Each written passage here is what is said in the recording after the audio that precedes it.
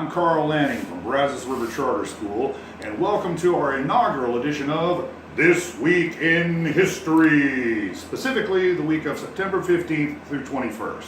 So let's take a look at some of the big events. First of all, the Pilgrims. On the 16th of September of 1620, the Pilgrims began their 66-day voyage to America. This is the Mayflower 2. It's up at Plymouth Plantation. You can visit it and check it out if you want to. It's probably a pretty good likelihood of the original. Let's see, what else do we have? This week in history, September 17th of 1908, the first aircraft fatality. Orville Wright and a Lieutenant Selfridge were on board a plane being demonstrated for possible military use. They were evaluating to see if this newfangled thing might actually work out. And there was a crash. A propeller actually broke on the aircraft, and Wright and Selfridge fell 75 feet. Selfridge was killed. Orville Wright suffered severe injuries but did survive. And now we go to the man of the hour for this week in history. President number 27, Mr. William Howard Taft. Born Cincinnati, Ohio, September 15th, 1857. One-term president, 1909 to 1913. One of our lesser-known presidents, but an interesting fellow nonetheless. If there's anything that people know about Taft, is that he was our heaviest president, about 330 pounds. And then there's that story about the bathtub, but we'll come back to that in a minute.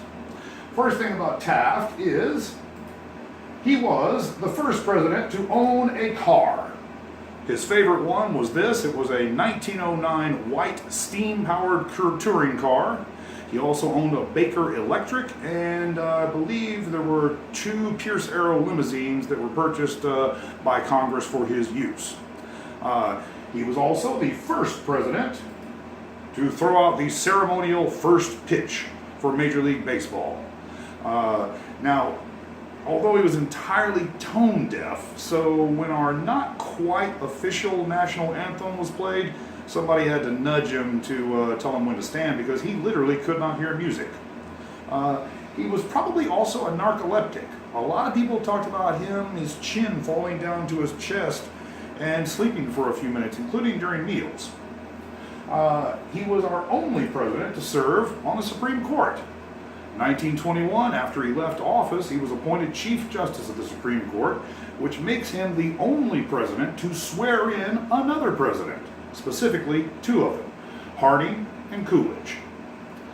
Taft, however, was our last president to have facial hair. Everyone since then has been clean shaven. Now, as far as we know, Taft really didn't want to be president. His dream was to be on the Supreme Court. But apparently, Mrs. Taft really, really wanted to be First Lady. Now, the Bathtub Story. You may have seen this picture if you've ever heard anything about Taft. There is no support whatsoever from him ever getting stuck in a bathtub. This tub was actually installed before he entered the White House. It's 7 feet long. It weighs a ton, literally. It's impossible that he could have ever gotten stuck in it. He did have one tub-related accident. He was staying in a hotel and he miscalculated his displacement, and when he filled the tub up too much, he got in it. Water flowed over the sides and actually pretty well drenched a dining room that was below him in the hotel that he was staying in. But that story of itself, of him being stuck, is false. Well, ladies and gentlemen, that is This Week in History from Brazos River Charter School. Have a great weekend. We'll see you next week.